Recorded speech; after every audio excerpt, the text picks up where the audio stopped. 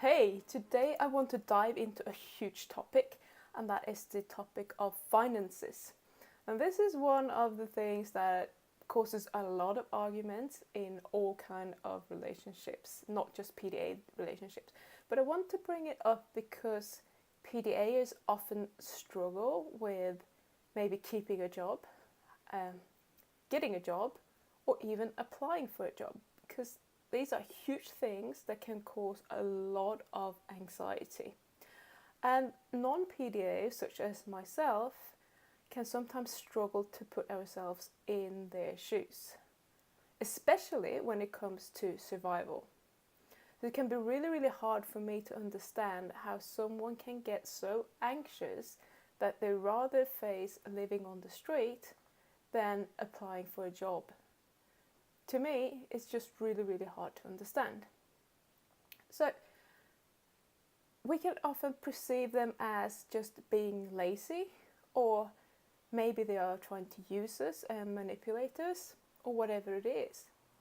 But we have to remember what PDA is, and it's a disability that is causing so much anxiety that the person physically cannot do anything about it. So today I want to just read up a scenario and how I might be thinking about this scenario and what I'm doing and what results I am taking, what results I'm getting from it, and what I could do instead to change my thinking around it to actually feel better in my relationship. So, let's go. Dear Diary, today my partner turned down his new job the same day as he was going to start. He was too anxious to sleep last night and totally exhausted in the morning.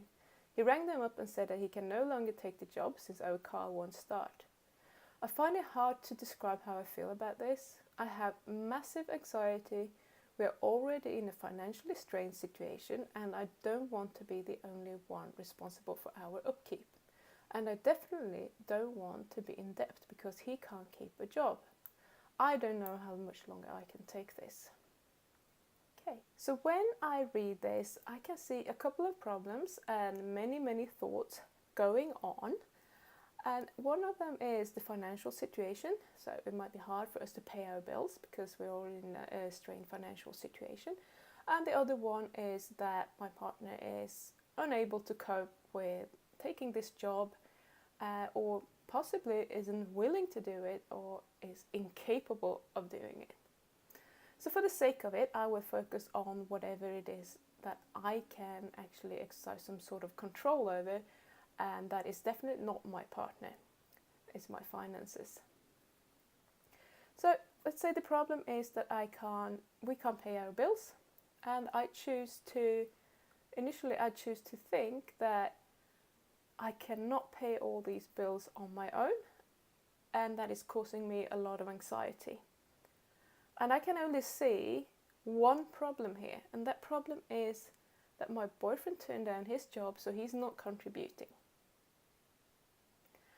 And that will lead me to put some pressure on him to sort this situation out. It's all his fault because he's not contributing.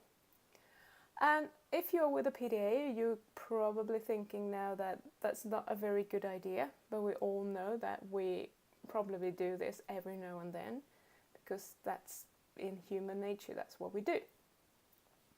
And that's why I'm here, to try and develop my own thinking into some sort of super thinking so that I can control what I'm doing in the moment to a much higher degree than I have in the past.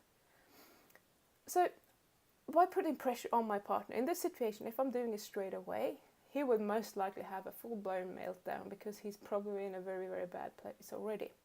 So I might want to change my thinking into something that makes me feel in control, like I have the power to do something about it. So if I choose to think that I have the ability to change my finances, that will make me feel in control. So if I know that I have the ability to change my finances, what I will do is that I most likely will look at finding other solutions to this problem to change my finances without putting the pressure on my partner or putting the whole responsibility on him to solve this problem. And These options might involve him as in supporting your partner to do something that he's capable of doing, like being self-employed or something that he's more comfortable with doing. It might also involve changing houses, downsize a bit to live more cheaply, get a new job, get a better paid job, ask for a rise, whatever. There are many things that you could potentially do to change your finances. And by focusing on that area instead, you will most likely find a solution to your problem that doesn't necessarily involve your partner getting a job. And if you're not putting pressure on him to get a job, he's much more likely to actually get one. So, do you see how this works? It doesn't change the situation immediately, but it certainly empowers you and it allows you to feel good about it rather than miserable.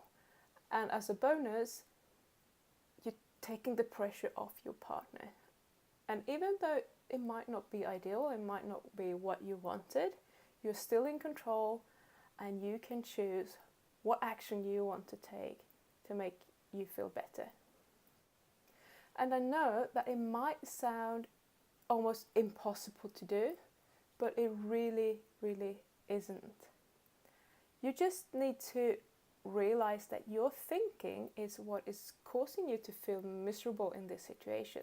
Because you can take two different people, you put them in the same situation, and they will both react totally different. And the only difference between these people is that they have different thoughts about what's going on.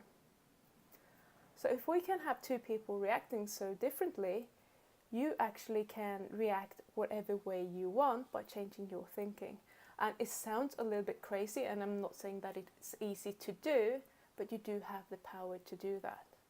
So I hope that this has helped somewhat and got you thinking a little bit about how you can actually control your own thoughts to create your own happiness and your own peace within yourself. So have a lovely day and thank you very much for watching. Love ya. Bye.